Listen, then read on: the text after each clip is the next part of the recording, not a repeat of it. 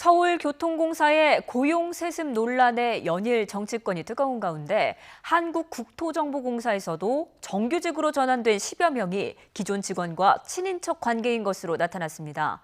야당은 연이은 의혹에 국정조사의 필요성을 주장하면서 공세의 수위를 높이고 있지만 여당은 확전을 막는 모양새입니다. 우철희 기자입니다.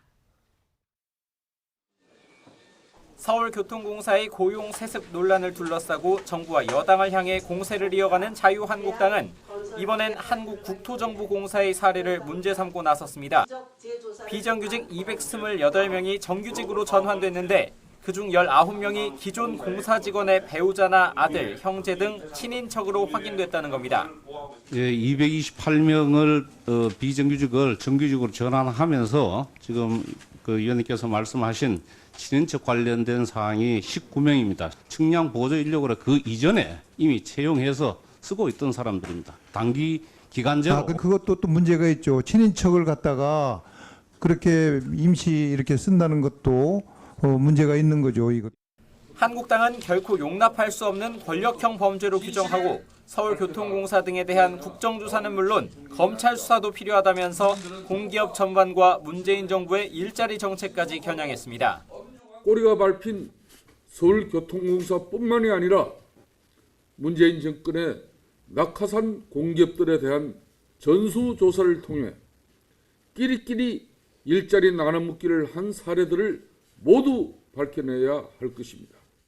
바른미래당도 국정조사의 필요성을 거듭 강조했습니다.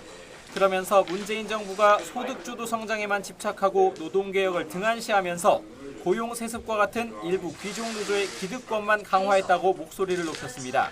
문재인 정부가 공정한 경쟁을 지향해 왔는데 그 이면에 이런 취업비리 문제로 신적폐를 쌓고 있다는 점에 대해서 많은 청년들이 분노하고 있기 때문에 한국당과 바른미래당은 당내 의견 수렴 절차를 거쳐 다음 주 초에 국정조사 요구서를 함께 제출할 방침인데 민주평화당도 동참을 고심하고 있습니다. 여당인 더불어민주당은 야당의 파상 공세에 대응을 자제하면서도 정치 쟁점화하려는 행태가 안쓰럽다고 깎아내렸습니다. 아직 사실관계가 명확히 드러나지 않은 만큼 감사원 감사 결과를 차분히 기다려야 한다고 기존 입장을 고수했습니다. 잘못이 있다면 우리 당이 앞장서서 시정하고 일벌백계를 요구할 것입니다.